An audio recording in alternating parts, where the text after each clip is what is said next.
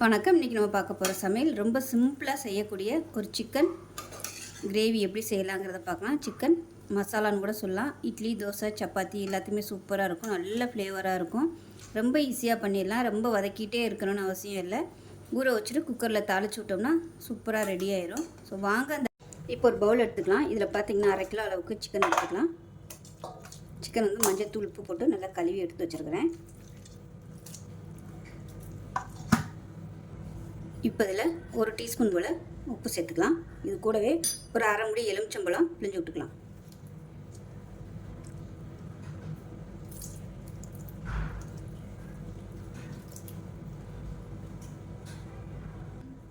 இப்போ இதில் பொடி சேர்த்துக்கலாம். நான் வீட்டில் வச்சுருக்கிற கறி குழம்பு தூள் பார்த்திங்கன்னா நல்லா ஒரு 2 டேபிள் ஸ்பூன் அளவுக்கு சேர்த்துருக்கேன். உங்கள்கிட்ட இந்த மாதிரி பொடி இல்லை அப்படின்னா கடையில் வைக்கிற சிக்கன் மசாலா, மட்டன் மசாலா கூட சேர்த்துக்கலாம். அப்படி இல்லைன்னா மல்லித்தூள் 1 டீஸ்பூன், சீரகம் 1 டீஸ்பூன், மிளகு 1 டீஸ்பூன் சேர்த்துக்கோங்க.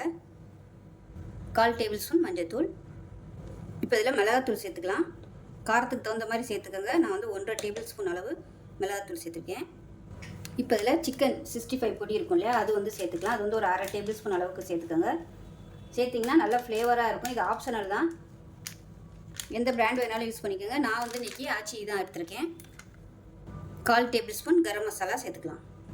இப்போ இதில் நல்லா 1.5 டேபிள் ஸ்பூன் அளவுக்கு வெங்காய பேஸ்ட் வந்து சேர்த்துக்கலாம். வெங்காயம் வந்து அரைச்சி வச்சுருக்கேன். அதுவும் சின்ன வெங்காயமாக சேர்த்துக்கோங்க. அப்போ தான் உங்களுக்கு நல்லா ஃப்ளேவராக இருக்கும். இப்போ இதில் அதே மாதிரி 1 டேபிள் ஸ்பூன் அளவுக்கு இஞ்சி பூண்டு பேஸ்ட் சேர்த்துருக்கேன்.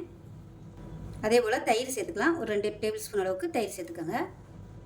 இப்போ இதில் பொடியாக நறுக்குனா புதினா கொத்தமல்லி சேர்த்துக்கலாம். இது கூடவே மீடியம் சைஸாக ஒரு பெரிய வெங்காயம் நல்லா நீளமாக நறுக்குனதை சேர்த்துக்கோங்க. இப்போ இது எல்லாத்தையுமே நல்லா பிசைஞ்சு விட்டுக்கலாம்.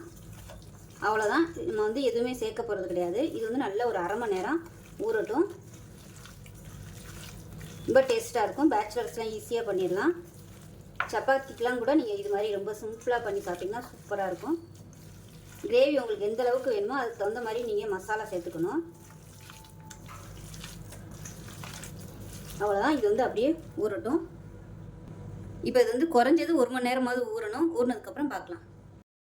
இப்போ பாருங்கள், நல்லா 1 மணி நேரம் ஊற விட்டாச்சு. இப்போ நம்ம குக்கரை காய வச்சு இதை தாளித்து விட்டுலாம். இப்போ ஒரு குக்கர் எடுத்துக்கலாம். தேவையான அளவுக்கு எண்ணெய் விட்டுக்கலாம். இப்போ இதில் கொஞ்சமாக நெய் சேர்த்துக்கலாம். எண்ணெய் சூடானதும் ஹோல் கரம் மசாலா சேர்த்துக்கலாம். பிரியாணியில் பட்டை, கிராம்பு, கல்பாசி, ஸ்டார் அனீஸ் எல்லாம் சேர்த்துக்கலாம். 3 வரமிளகாய் சேர்த்துக்கலாம். கருவேப்பிலை சேர்த்துக்கலாம். இப்போ இதில் 1 டீஸ்பூன் போல் கஸ்தூரி மெத்தி சேர்த்துக்கலாம். நல்ல ஃப்ளேவராக இருக்கும். இருந்தால் சேர்த்துக்கோங்க, இல்லைன்னா ஒன்றும் பிரச்சனை இல்லை. இப்போ நம்ம ஊற வச்சுருக்க சிக்கனை சேர்த்துக்கலாம்.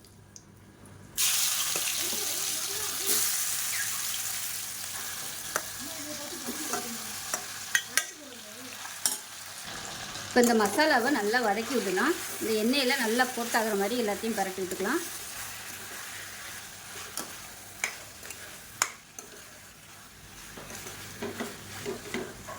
இப்போ நல்லா வதக்கியாச்சு. இந்த பாத்திரத்தில் அந்த மசாலா இருக்கும் இல்லையா, அதில் வந்து தண்ணி ஊற்றி கொஞ்சமாக ஊற்றிருக்கேன்.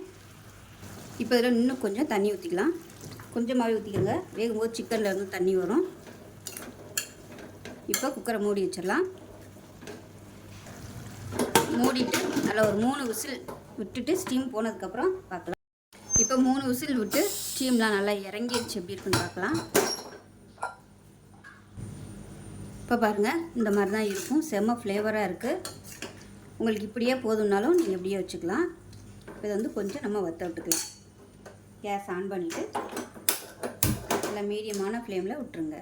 அப்படியே நல்லா கொதிச்சு வரட்டும். இந்த கஸ்தூரி மேத்தி போட்டிருக்கிறதுனால செம்ம ஃப்ளேவராக இருக்குது. நல்லா கொஞ்சம் ட்ரை ஆகட்டும். இப்போ பாருங்கள், நல்லா சிம்மில் விட்டுட்டேன். கொஞ்சம் நல்லா வத்திருச்சு. இதை வந்து நம்ம அமர்த்திடலாம்.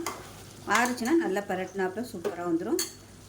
அவ்வளோதான். செம்ம டேஸ்ட்டாக இருக்குது. கண்டிப்பாக இதே மாதிரி செஞ்சு பாருங்கள். இட்லி, தோசை, சப்பாத்தி எல்லாத்துக்குமே சூப்பராக இருக்கும். ரசம் சாதம் வச்சுட்டு, அதாவது ரசம் வச்சுட்டு இதை தொட்டு சாப்பிட்டோம்னா அவ்வளோ அருமையாக இருக்கும். செஞ்சு பாருங்கள். செஞ்சு பார்த்துட்டு எப்படி வந்துச்சுங்கிறத சொல்லுங்கள். வீடியோ பிடிச்சிச்சின்னா லைக் பண்ணுங்கள், கமெண்ட் பண்ணுங்கள், சேனலை சப்ஸ்கிரைப் பண்ணுங்கள், பக்கத்தில் பெல் பட்டனையும் ப்ரெஸ் பண்ணுங்கள். நன்றி.